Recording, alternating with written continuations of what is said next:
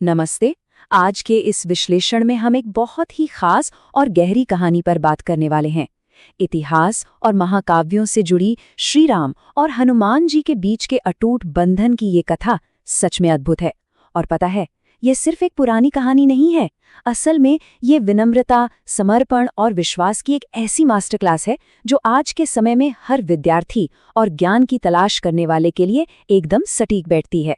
राज्याभिषेक के बाद अयोध्या में जो कुछ भी हुआ वो हमें सिखाता है कि सफलता के एकदम शिखर पर पहुंचने के बाद भी हमारी मानसिकता कैसी होनी चाहिए। तो जल्दी से देख लेते हैं कि आज के एजेंडे में क्या क्या है। हम अयोध्या के उस भव्य राज्याभिषेक वाले दृश्य से शुरुआत करेंगे, फिर भक्ति की परीक्षा और उस अटूट बंधन को समझेंगे, और अंत में इसके सबसे जरूरी शैक्षिक पहलुओं यानी सच्ची विनम्रता और विश्वास के महत्व पर बात करेंगे। चलिए सीधा पहले भाग की तरफ चलते हैं। राज्य अभिषेक का वो भव्य दृश्य। रामायण का युद्ध खत्म हो चुका था और अयोध्या में श्री राम का राज्याभिषेक हो गया था। पूरे राज्य में सुख, शांति और धर्म पूरी तरह से लौट आए थे। मतलब हर कोई जीत के जश्न में डूबा हुआ था। अब यहाँ एक बहुत ही दिलचस्प तुलना देखने को मिलती है। जरा कल्पना कीजिए, एक तरफ पूरा का पूरा राज्य शक्ति, भव्यता और जीत की खुशी में डूबा है। जाहिर है, इतनी बड़ी जीत के बाद थोड़ा बहुत अहंकार आना स्वाभाविक है। लेकिन दूसरी तरफ हनुमान जी महल के बाहर एकदम शांत बैठे हैं।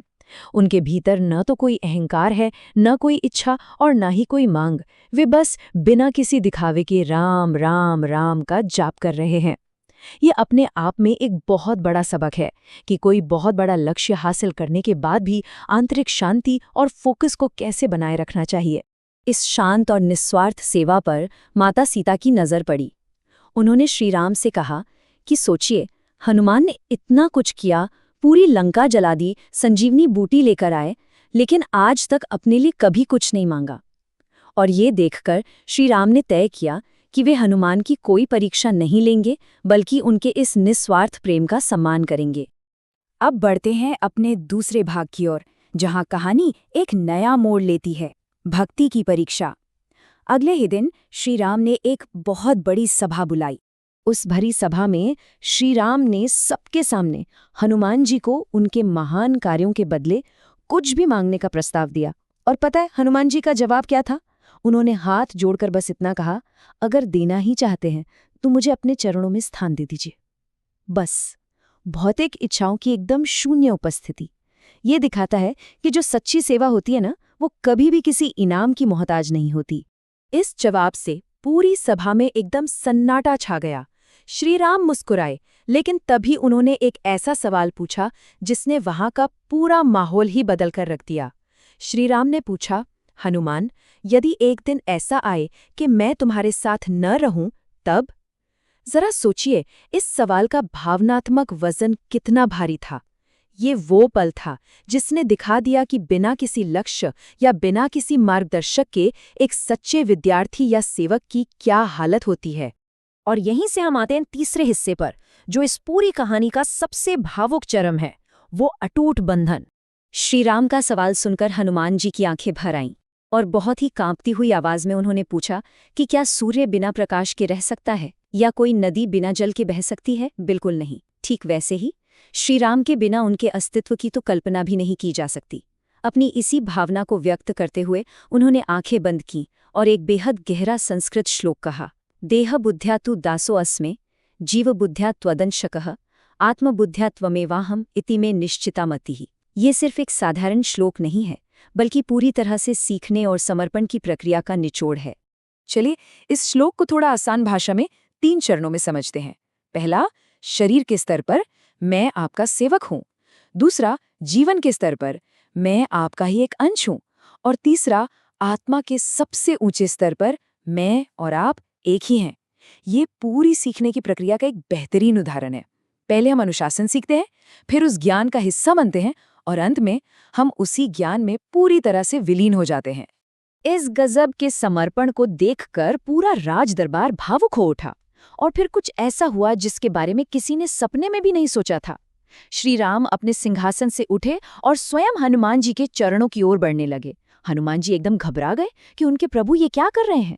तब श्री राम ने स्पष्ट किया कि भले ही संसार उन्हें भगवान कहता है, लेकिन भगवान भी ऐसे निस्वार्थ और अहंकार रहित भक्त के सामने अपना सिर झुकाता है। मतलब सच्ची विनम्रता के सामने तो सर्वोच्च सत्ता भी नतमस्तक हो जाती है। और इसके बाद श्री राम ने कलयुग के लिए कुछ बहुत ही अद्भुत वरदान दिए। उन्होंने कहा कि जहां भी राम का नाम होगा, वहां हनुमान का नाम पहले लिया जाएगा। जहां राम की कथा होगी, वहां हनुमान हमेशा मौजूद रहेंगे। और सबसे बड़ी बात, जहां भी कोई सच्चा भक्त होगा, हनुमान खुद उसकी रक्षा करेंगे। इसीलिए तो कहा जाता है कि जहां राम है, वहां हनुमान है, और जहां हनुमान है, वहां किसी भी तरह का डर टिक ही नहीं सकता। तो अब तक हमने जो भी देखा, उससे आज के जीवन के लिए क्या नैतिक शिक्षा मिलती है? चलिए इसे डीकोड करते हैं हमारे चौथे विषय में, सच्ची विनम्रता को परिभाषित करना। देखिए, सच्ची विनम्रता का मतलब खुद को कम आंकना या कमजोर समझना बिल्कुल नहीं है, बल्कि खुद के बारे में कम सोचना है। अगर हम इसे विद्यार्थियों के नजरिए से देखें, तो इसका सीधा सा मतलब है बिना किसी अहंकार के सीखना। क्योंकि जब कोई इंसान ये मान लेता है कि उसे तो सब कुछ पहले से ही पता है, तो बस उसके सीखने की प्रक्रिया वहीं रुक जाती है। सच्ची विनम्रता का मतलब है एक खाली कप की तरह होना, ताकि उसमें हमेशा नया ज्ञान भरा जा सके और बिना किसी इनाम की उम्मीद के अपना काम पूरी लगन से किया जा सके। तो अहंकार को लेकर यहाँ 3 बहुत ही साफ बातें निकल कर आती हैं। पहली, सच्ची सेवा या ज्ञान की खोज बदले में कुछ नहीं मांगती, वो अपने आप में ही एक बहुत बड़ा इनाम है। दूसरी, अहंकार सीखने का सबसे बड़ा दुश्मन है। हनुमान जी को ही देख लीजिए, इतने शक्तिशाली होने के बावजूद उनमें रत्ती भर भी अभिमान नहीं था। और तीसरी बात, जो लोग सच में सबसे ज्यादा शक्तिशाली और ज्ञानी होते हैं ना, वो अक्सर सबसे शांत होते हैं, क्योंकि दिखावा अज्ञानता की निशानी है, जबकि शांति गहराई का प्रमाण है। अब हम आज के इस विश्लेषण के आखिरी खंड पर आ गए हैं, विश्वास का महत्व। हमने विनम्रता को तो समझ लिया, लेकिन एक सवाल उठता है कि उस विनम्रता को शक्ति कहाँ से मिलती है? ये शक्ति आती है अटूट विश्वास से।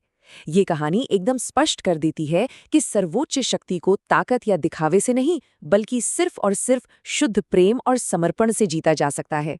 एक विद्यार्थी के जीवन में इसका मतलब है अपनी शिक्षा, अपने मार्गदर्शकों और अपने चुने हुए रास्ते पर अटूट विश्वास होना। जब ऐसा पक्का विश्वास होता है ना, तो जीवन से हर तरह का डर और शक अपने आप दूर हो जाता है और फिर इंसान अपने लक्ष्य की तरफ एकदम निडर होकर आगे बढ़ता है। तो इस विश्लेषण को खत्म करते हुए एक बहुत ही गहरा सवाल सामने आता है। आज की इस दुनिया में जो लगातार सिर्फ पावर, फेम और बाहरी दिखावे के पीछे भाग रही है, वहां सच्ची विनम्रता आगे बढ़ने के रास्ते को कैसे तय करेगी? क्या अहंकार को एक तरफ रखकर सिर्फ अपने कर्म और ज्ञान पर फोकस किया जा सकता है?